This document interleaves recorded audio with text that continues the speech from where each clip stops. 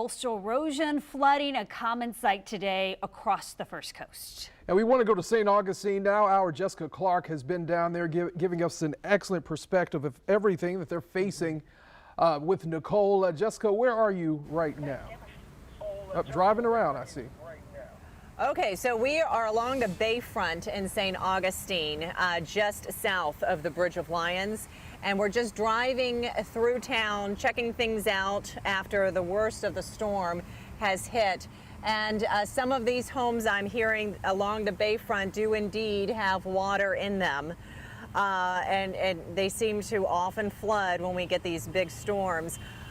Can you pivot over there? Oh, there is the new Wharf restaurant. That used to be where the Santa Maria is located or was located.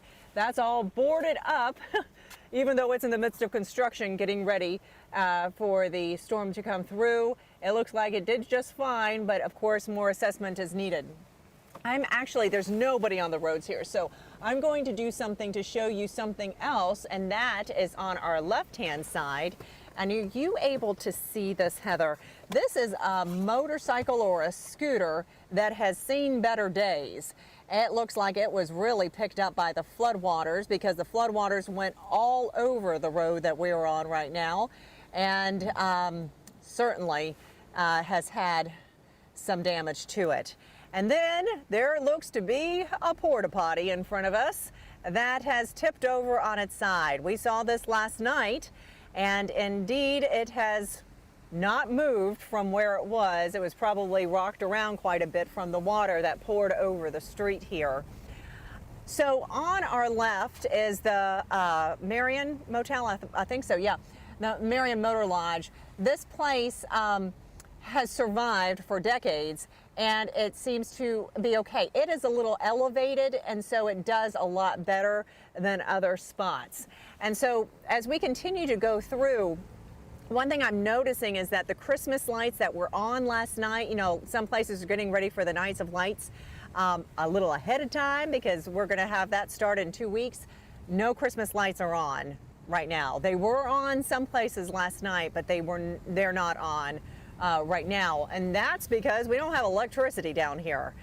The electricity has been cut off, sadly, because there was a person who was electrocuted down here by being in the water and also by a live wire. And so that person had CPR performed and then taken to the hospital.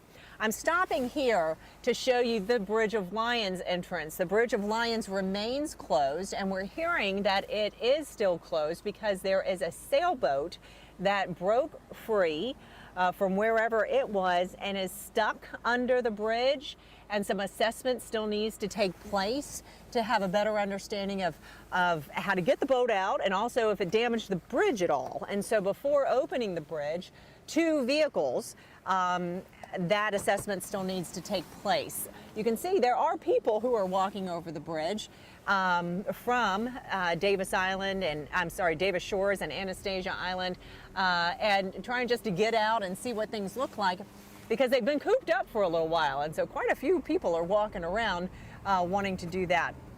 So we're going to continue down Avenida Menendez.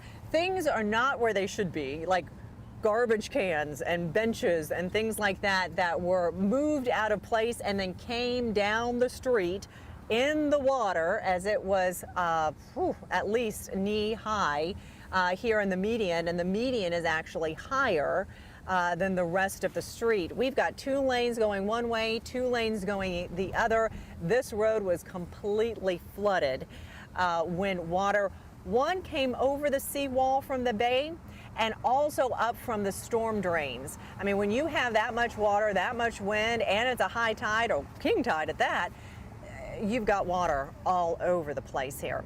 We're coming up to the fort, and this fort has survived so much, and it's still standing tall and strong. Usually this parking lot is flooded when we have a lot of rain, but it has all receded right now. And you can see some people are trying to just walk and see the place now that it's a little bit dry. But as we go up around the other side of the fort, I want to show you something that I kind of think is interesting, and that is there is a lot of standing water actually on the grounds of the fort. And interesting to note because the parking lot of the fort itself is not flooded right now. But take a look at all of that water sitting in the grounds of the fort. And it, you know, that's striking. Gosh, look at all those birds fly by. All right, so that's our Jessica Clark giving us an excellent perspective of St. Augustine and what they're experiencing at this hour. Right now, she's on the First Coast News Plus app on Fire TV and Roku. You can continue to watch her there. We do have to take a break.